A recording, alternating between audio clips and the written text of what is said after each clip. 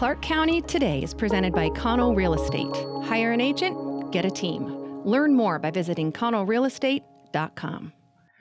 Everyone, I'm Chris Brown. We're going to start off this Wednesday with a quick COVID-19 update. Clark County added 3 new confirmed cases since yesterday, bringing our total to 415 since the outbreak began, with 25 fatalities.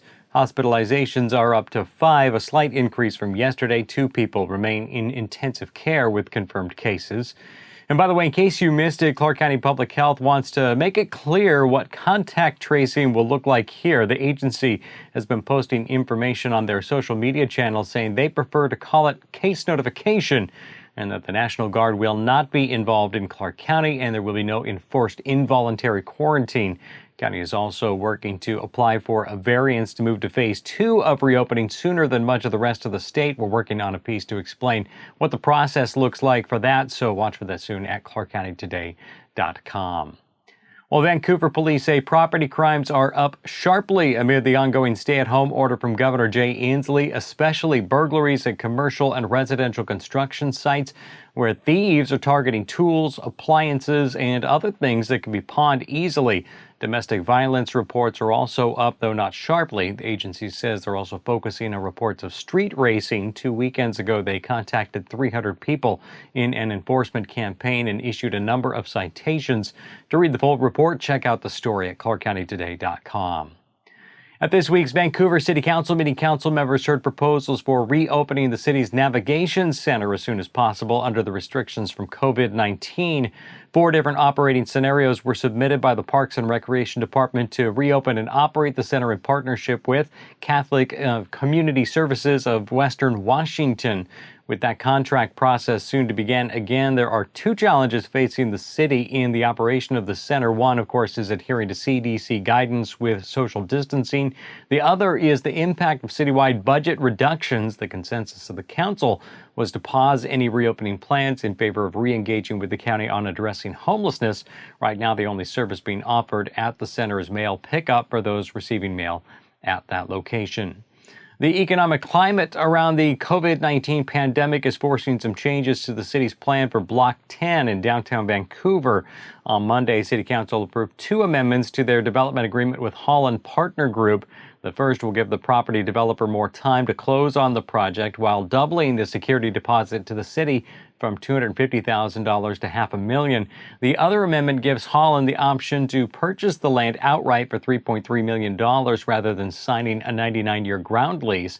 The deal, if it goes forward, would inject some much-needed cash into the city's general fund while giving Holland flexibility if they eventually decide to sell the land. Holland is planning a multi-story building on the site, which will include a 10,000-square-foot headquarters for the company, along with apartments and retail space. They hope to begin construction this summer. Well, most of you know Paul Valencia as a sports reporter. He also likes food, as do most of us. We sent him out to Goldies Texas-style barbecue to find out how they're handling the switch to takeout service and doing strong business during this pandemic. Hey, Paul Valencia here, standing outside Goldies Texas-style barbecue. We want to say thank you, first of all, to Charles Bibbins of Goldies BBQ. And this is just amazing. They always say thank you to the military. They say thank you to the law enforcement. There's a big hero wall inside the restaurant as well. But we wanted to share this story. It's Charles' story of Goldies BBQ and how Goldies is doing pretty well during the pandemic with takeout because of customers like you and also blessings from the Lord. This is Charles Bibbins coming at you live and in living color from Goldies BBQ here in Vancouver, Washington. We located at 156 and 4th Plain, and our phone number is 360-253-2836. I just want to thank all my customers that's been coming here since the COVID-19 pandemic has started, and we just want to thank y'all for coming in, and we just pray that God will bless you as He blessing us for you coming here. So thank you. Well, to order, you can call in or come in and place your order. You can call it over the phone or come in and place the order, and we'll make it while you wait. And we just ask you to stay 6 feet from each other. And these are some of the items we have here. We got pork spare ribs, baby back ribs, chicken breast, We got pulled pork, beef brisket, beef ribs, and hot and mild link.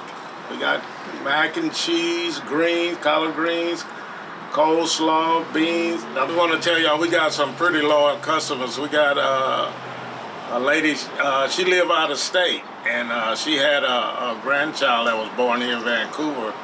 And she came in to see her grandchild, newborn, and but before she went to the hospital, she had to come to Goldies and get some of this good barbecue. So that's one of our testimonials if you want to know how good it is.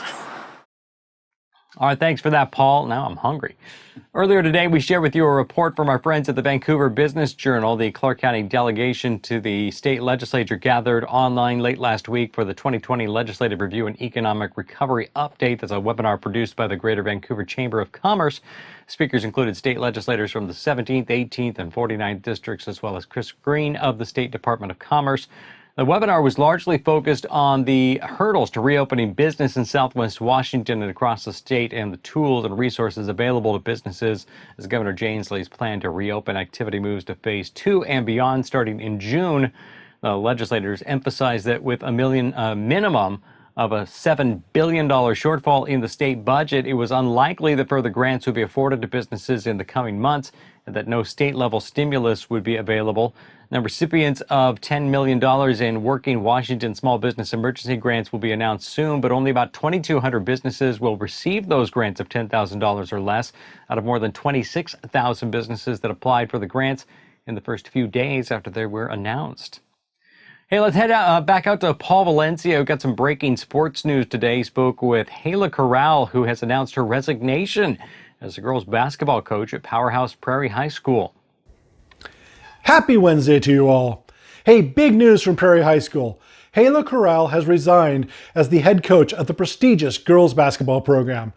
She was there for 4 years as the head coach, went to state for 4 years, and won the 2019 Class 3A state championship. Hayla has earned a promotion with her career and will be moving to Idaho. We wish Hayla the best. It's been a pleasure to cover the Corral family over the years at Prairie High School. All right, thanks so much for that report, Paul. Appreciate it. Recreational opportunities for area residents are going to be increasing this coming weekend. Beginning Friday, Swift Forest Camp will be available for both camping and day use. And the Cougar and Crescent Bay parks will open for day use only, aligning with the state of Washington's COVID-19 phased reopening approach. Reservations are required for camping at Swift and can be made by visiting the Lewis River Recreation website. Camping at other Lewis River parks remains closed until further notice. Restroom maintenance and personal hygiene supplies may be limited in both day use and camping areas, so plan ahead. Some park features, such as playground equipment, will remain closed, with overnight camping still closed at Crescent Bay, Cougar, and Beaver Bay parks. A previously announced waiver of cancellation fees has also been extended.